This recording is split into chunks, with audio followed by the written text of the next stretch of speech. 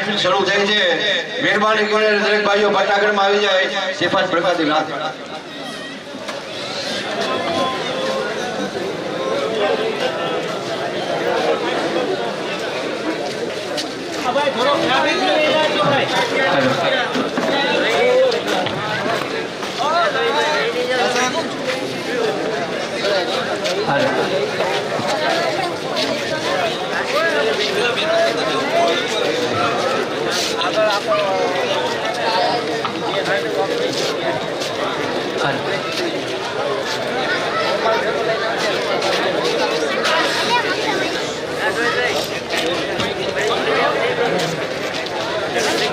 نحمدہ ونصلی ونسلم علی رسولہ الکریم.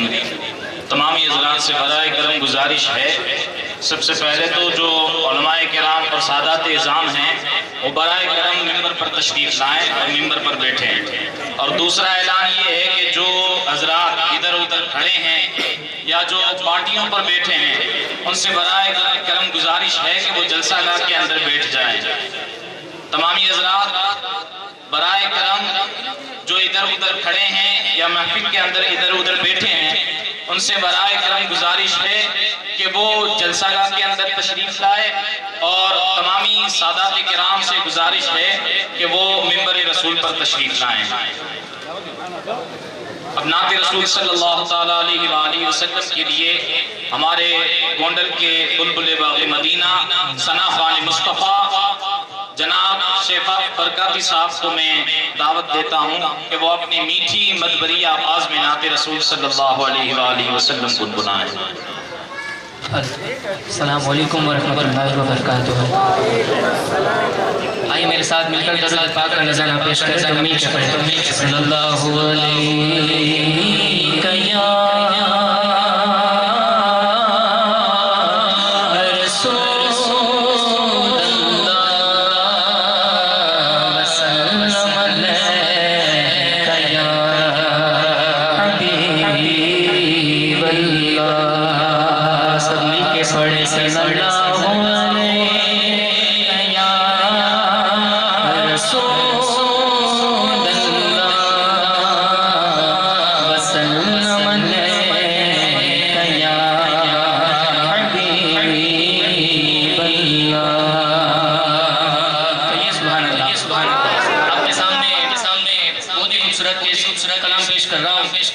ہو سکے تو میرے ساتھ مل کے پڑھیں. حضور تاج الشریعہ کا لکھا ہوا کلام ہے. سبحان اللہ. تو مل کے پڑھیں. منور میری آنکھوں کو میرے سمجھو دعا کر دے. منور میری آنکھوں کو میرے سمجھو دعا کر دے. غموں کی دھوپ میں وہ سایہ زلف گتا کر دے. غموں کی دھوپ میں وہ سایہ زلف گتا کر دے. غموں کی دھوپ میں وہ سایہ زلف گتا کر دے.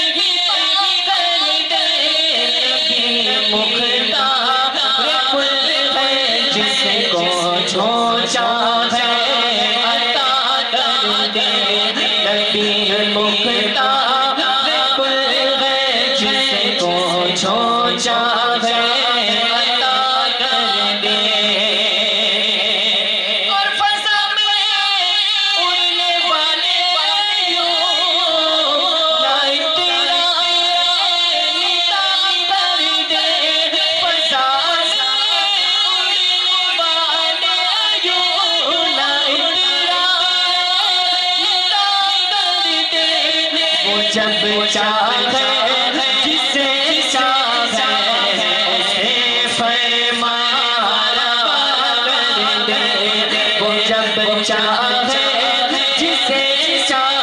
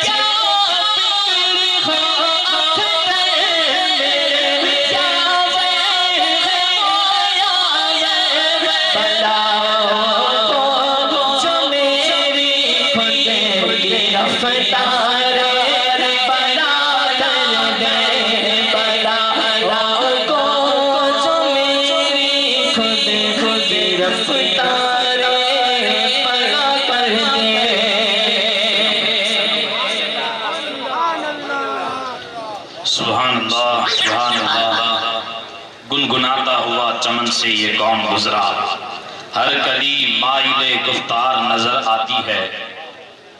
اب آئیے، جس ہستی کا، جس شخصیت کا ہمیں شدت سے انتظار تھا، بحمدہ تعالی وہ آج ہماری نظروں کے سامنے ہیں، اور جن کے کلام کو، جن کے خطاب کو، جن کے واعظ کو، جن کی نصیحت کو ہم سننے کے لیے، اپنے قلب و ذہن میں اتارنے کے لیے بڑے شدت سے منتظر تھے، وہ آج ہماری نظروں کے سامنے ہیں۔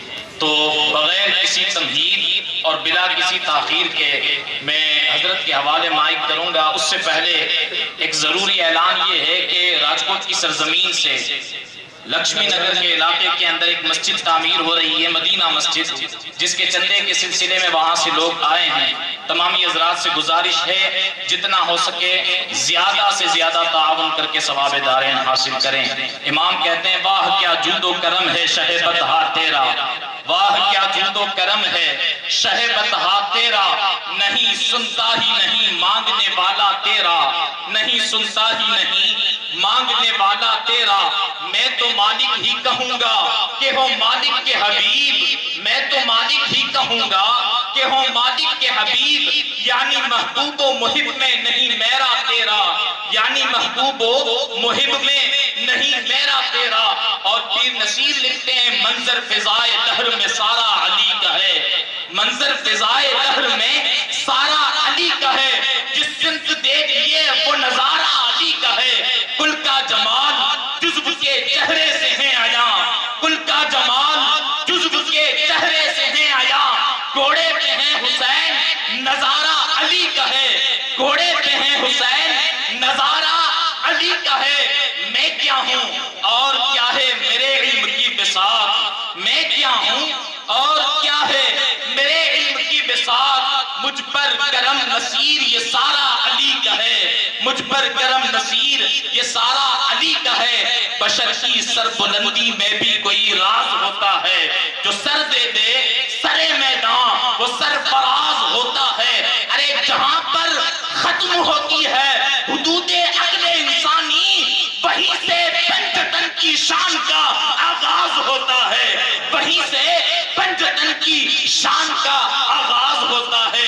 محبوب خدا سید و سرور کے برابر لاؤ تو کوئی میرے پیمبر کے برابر، محبوب خدا سید و سرور کے برابر لاؤ تو کوئی میرے پیمبر کے برابر۔ ارے لاکھوں ہیں زمانے میں سکندر کے برابر، کوئی نہیں آقا تیرے نوکر کے برابر، کوئی نہیں آقا تیرے نوکر کے برابر۔ جہاں پر ہو وہیں سے دو صدا سرکار سنتے ہیں، جہاں پر ہو وہیں سے دو صدا سرکار سنتے ہیں، سرے آئینہ سنتے ہیں، پسے دیوار سنتے ہیں۔ میں صدقے جاؤں ان کی رحمت للعالمینی پر، پکارو چاہو جتنی بار وہ ہر بار سنتے ہیں، پکارو چاہو جتنی بار وہ ہر بار سنتے ہیں۔ وادی رضا کی کوہ ہمالا رضا کا ہے، وادی رضا کی کوہ ہمالا رضا کا ہے، جس سمت دیکھئے وہ علاقہ رضا کا ہے۔ اگلوں نے تو لکھا ہے بہت علم دین پر، جو کچھ ہے اس صدی میں وہ تنہا رضا کا ہے۔ شرک تھا جب ناز کرنا احمد مختار پر، نکتہ چیتھے لوگ علم سید ابرار پر، ہر ولی ہر غوث کو بے دست پا سمجھا گیا۔ یا رسول اللہ کفر پر ایک دن مشیت کو جلانا ہی گیا، میرے آقا کی محبت کا سوالا ہی گیا، صورت تسکین کی نکلی دل سیماب سے، ایک کرن پھوٹی اچانک چرخ پر مہتاب سے، اس کرن نے اہل ایمان کو منور کر دیا، ارے پھول تو ہے پھول، خاروں کو گلے پر کر دیا، اس کرن کو اہل دل احمد رضا کہنے لگے، امت ختم الرسل کا پیشوا کہنے لگے، زندہ باد اے قوم و ملت کے نگہباں، زندہ باد، زندہ باد اے مفتی احمد رضا خان، زندہ باد۔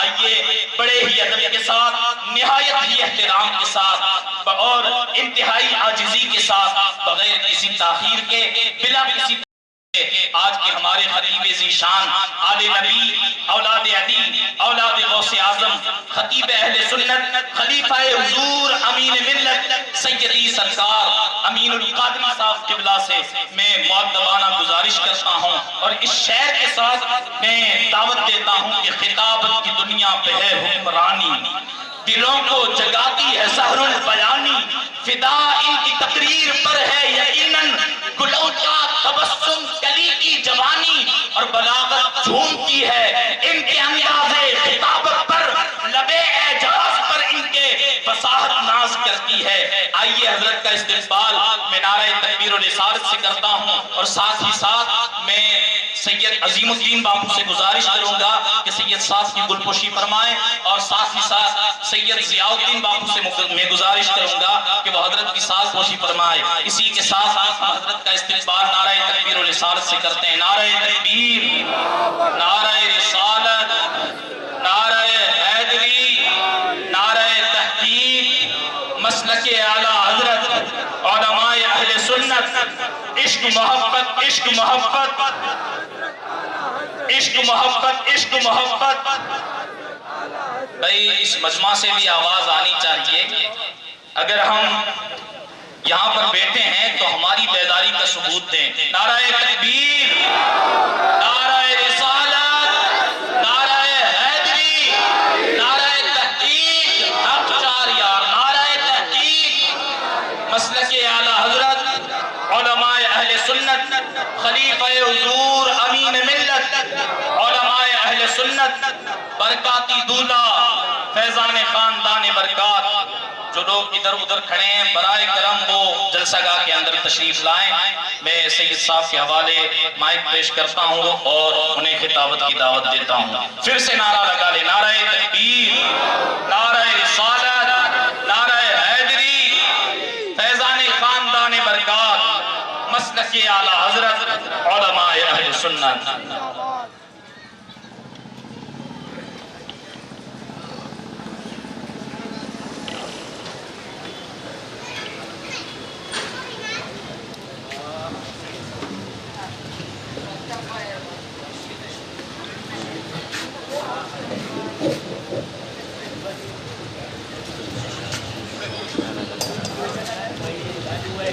السلام علیکم ورحمۃ اللہ وبرکاتہ۔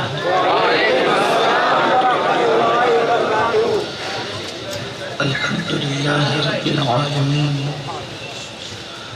والعاقبۃ للمتقین والصلاة والسلام علی سید الانبیاء والمرسلین وعلى آلہ واصحابہ الطیبین الطاہرین، اما بعد فاعوذ باللہ من الشیطان الرجیم، بسم اللہ الرحمن الرحیم۔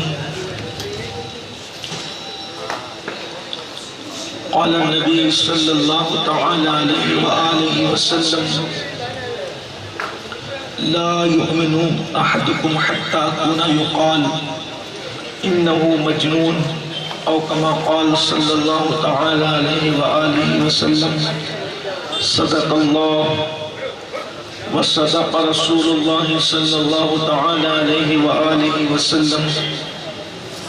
غوث اعظم بمنے بے سرو ساما مددے، قبلے مددے، کعبے ایمان مددے، انتظار کرمی تست من عینی را، اے خدا جو خدا بینو خدا دا مددے، بگرداب بلا افتاد کشتی، ضعیفانو شکستہ رات و پشتی، بحق کے خواجہ عثمان ہارون، مدد کن یا معین الدین چشتی، مدد کن یا معین الدین چشتی، مدد کن یا معین الدین چشتی۔ انتہائی احترام و عقیدت کے ساتھ اپنے اور ساری کائنات کے مرکز عقیدت، انیس بے کساں چارہ ساز درد منداں، ہم غریبوں کے غمگسار، ہم فقیروں کی ثروت، شہریار ارم تاجدار حرم نوبہار شفاعت، شب اسرا کی دولہا نوشے بزم جنت، دانائے سبل مولائے کل ختم الرسل، خسرو خوباں سیاح لامکاں وجہ کن فکاں، در اللہ المکنون سر اللہ المخزون، عالم ما کانا وما یکون، آب و گل انبیاء جانو دل اصفیاء، مطلع ہر سعادت مقطع ہر سیادت، خلاصہ کائنات فخر موجودات، حضور احمد مجتبی محمد مصطفیٰ، ارواحنا فدا صلی اللہ تعالی علیہ وآلہ وصحبہ وبارک وسلم کی بارگاہ بے کس پناہ میں جس طریقے سے پڑھاؤں بلند آواز سے میرے ساتھ مل کر پڑھیں۔ الصلاة والسلام علیکہ یا رسول اللہ، الصلاة والسلام علیکہ یا نبی اللہ، الصلاة والسلام علیکہ یا حبیب اللہ، وعلا آلک و اصحابک یا نور اللہ، صلی اللہ تعالی علیہ وسلم۔ احمد رضا کا تازہ گلستان ہے آج بھی، احمد رضا کا تازہ گلستان ہے آج بھی، خورشید علم ان کا فروزہ ہے آج بھی، خورشید علم ان کا درخشاں ہے آج بھی، عرصہ ہوا وہ مرد مجاہد چلا گیا، عرصہ ہوا وہ مرد مجاہد چلا گیا، سینوں میں ایک سوزش پنہاں ہے آج بھی، سینوں میں ایک سوزش پنہاں ہے آج بھی، خدمت قرآن پاک کی وہ لاجواب کی، خدمت قرآن پاک کی وہ لاجواب کی، راضی رضا سے صاحب قرآن ہے آج بھی، اور سب ان سے جلنے والوں کے گل ہو گئے چراغ، سب ان سے جلنے والوں کے گل ہو گئے چراغ، احمد رضا کی شمع فروزہ ہے آج بھی، مرزا سر نیاز جھکاتا ہے اس لیے، مرزا سر نیاز جھکاتا ہے اس لیے، علم و عمل پہ آپ کا احسان ہے آج بھی۔ آج کی محفل مجدد میت ماضیہ امام اہل سنت سیدی اعلیٰ حضرت امام احمد رضا خان محدث بریلوی رحمت اللہ تعالی علیہ کے عرس سراپا قدس کے موقع پر انعقاد پذیر ہے۔ پوری دنیا امام احمد رضا خان محدث بریلوی رحمت اللہ تعالی علیہ کی عظمت کا لوہا مان رہی ہے۔ امام احمد رضا اپنے دور کے بہت بڑے مفکر تھے، وہ اپنے دور کے بہت بڑے مدبر تھے، وہ اپنے دور کے علم حدیث کے اتنے بڑے ماہر تھے کہ ان کی چند کتابوں سے جو انہوں نے کتابیں 1200 سے زائد لکھی ہے، ان میں سے چند کتابوں میں سے حدیثیں نکال کر لکھی گئی تو 10,000 حدیثیں جمع ہو گئی۔ یہ ان کی چند کتابوں میں لکھی ہوئی حدیث کا حال ہے، ابھی پوری کتابیں ان کی باقی ہیں۔ اگر ان کی تمام کتابوں سے احادیث نکال کے جمع کی جائے تو اس کا اندازہ آپ کر سکتے ہیں کہ کتنی جلدیں اکٹھا ہو سکتی ہیں۔ امام اہل سنت اپنے دور کے عظیم فقیہ تھے، وہ اپنے دور کے عظیم شاعر تھے، وہ اپنے دور کے عظیم صوفی تھے، وہ اپنے دور کے عظیم ماہر نفسیات تھے، وہ اپنے دور کے عظیم امام الطریقت تھے، وہ اپنے دور کے نباز قوم و ملت تھے۔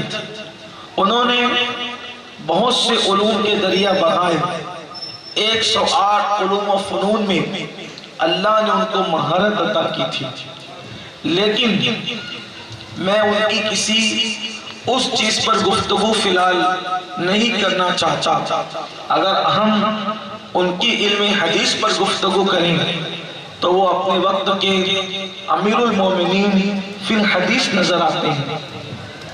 اگر ہم ان کی فقاہت پر گفتگو کریں تو وہ اپنے دور کے امام الفقہا نظر آتے ہیں۔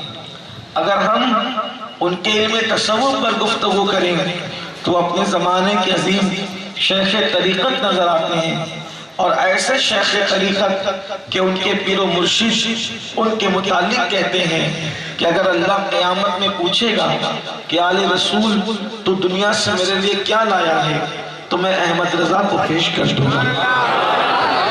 لیکن یہ سب چیزیں اپنی جگہ ہیں، اگر ہم ان باتوں کو گفتگو میں لائیں جو آپ پہلے سن چکے ہیں تو یقیناً آپ کی معلومات میں کوئی اضافہ نہیں ہوگا۔ میں آج آپ کے سامنے ایک طالب علم ہونے کی حیثیت سے اعلیٰ حضرت کا جو دور گزرا ہے 1 صدی پہلے اور آج کا دور، ان دونوں دور کے اندر بلکہ دونوں ادوار کے اندر کیا مماثلت ہے، کیا یگانیت ہے، اور امام احمد رضا کے دور میں کس چیز کا تقاضا ہو رہا تھا اور آج کے دور میں مسلمانوں کی کامیابی کے لیے کس چیز کا تقاضا ہے، اس کو پیش کرنے کی کوشش کروں گا۔ اس لیے کہ جو مجدد ہوتا ہے وہ بے وقت کی بانسری نہیں بجاتا، بلکہ مجدد کی ذمہ داری ہوتی ہے کہ حالات جو تقاضا کرتے ہیں، حالات جس چیز کا مطالبہ کرتے ہیں وہ اس کے مطابق گفتگو کرتا ہے۔ تو امام احمد رضا کے دور میں ان کی اپنی صدی کے حالات کیا تھے اور آج کے حالات کیا ہیں، وہ دونوں کو میں آپ کے سامنے رکھنا چاہتا ہوں، اور انہوں نے جس چیز پہ محنت کی تھی پھر میں اپنی قوم سے کہوں گا کہ ہمیں اسی پر محنت کرنا ہوگی۔ دیکھیے، اگر آپ باریکی کے ساتھ امام کے دور اور اس دور کا جائزہ لیں گے تو آپ کو پتہ چلے گا کہ دونوں جو دور ہیں ان میں کوئی بہت زیادہ فرق نہیں ہے۔ آپ اس کو یوں سمجھیں کہ امام احمد رضا کا جو دور ہے، امام اہل سنت کا جو دور 1856 میں ان کی ولادت ہوتی ہے، گویا کہ 19ویں صدی کا جو ہے وہ اب نصف گزر چکا تھا اور نصف باقی تھا۔ یہ امام احمد رضا کا دور ہے، اور ہماری اسلامی تاریخ کے اعتبار سے جو ہے وہ امام اہل سنت رضی اللہ تبارک و تعالیٰ عنہ جو ہے وہ 1272 میں پیدا ہوتے ہیں۔ اس طرح سے 13ویں صدی کا اینڈ تھا، یعنی 14ویں صدی کا آغاز ہونا بالکل قریب تھا۔ اب ہم جو ہے 21ویں صدی میں داخل ہو چکے ہیں۔ امام احمد رضا کا جو دور تھا اس میں سیاسی بھونچال آنے والا تھا یا سیاسی بھونچال آ چکا تھا۔ ان کے اور ہمارے دور میں بہت زیادہ فرق اس لیے نہیں ہے کہ اگر تھوڑا سا ہم جائزہ لیں تو دیکھیں سیاسی انقلاب اس دور میں آ رہا تھا، اور حالات یہ تھے کہ انگریزوں کی حکومت برطانیہ پوری دنیا کے اندر اپنے پنجے گاڑ رہی تھی اور پوری دنیا کو اپنے زیر اثر لینے کی کوشش کر رہی تھی۔ حالات یہ تھے، منصوبہ یہ تھا کہ مسلمانوں کے ہاتھوں سے حکومت لے کر، مسلمانوں کے ہاتھوں سے طاقت لے کر، مسلمانوں کے ہاتھوں سے اقتدار لے کر مسلمانوں کو ایسا بے دست و پا کر دیا جائے، ایسا غریب کر دیا جائے، ایسا مفلس کر دیا جائے کہ پھر یہ قوم ایک زندہ قوم کی حیثیت سے نہ اٹھ سکے، ایک زندہ قوم کی حیثیت سے زمانے کے سامنے نہ آ سکے، ایک زندہ قوم کی حیثیت سے زمین کے اوپر سانس نہ لے سکے۔ یہ اس دور کا منصوبہ تھا، اس دور کا پلان تھا۔ حالات یہ تھے، دنیا اچھی طرح جانتی ہے جو قوم غریب ہو جاتی ہے، جو قوم مفلس ہو جاتی ہے، اس کا ایمان خود خطرے میں پڑ جاتا ہے۔ حضرت امام سفیان ثوری فرماتے ہیں کہ اللہ کے رسول علیہ السلام کا فرمان ہے جس کا مفہوم یہ ہے کہ غربت کبھی کبھی انسان کو کفر تک لے جاتی ہے، غربت انسان کو کفر تک لے جاتی ہے کبھی کبھی۔ اس لیے جو قوم غریب ہو جاتی ہے اس کا ایمان چھیننا آسان ہو جاتا ہے، جو قوم مفلس ہو جاتی ہے ان کا ایمان چھیننا آسان ہو جاتا ہے۔ امام کے دور میں مسلمانوں کے معاش کو کچلنے کی کوشش کی جا رہی تھی، مسلمانوں کی معیشت کو ختم کرنے کی کوشش کی جا رہی تھی، خلافت عثمانیہ کو، اسلامی حکومتوں کو ختم کرنے اور ٹکڑے ٹکڑے کرنے کی کوشش کی جا رہی تھی۔ حرمین شریفین سے مسلمانوں کا قبضہ ہٹا کر سعود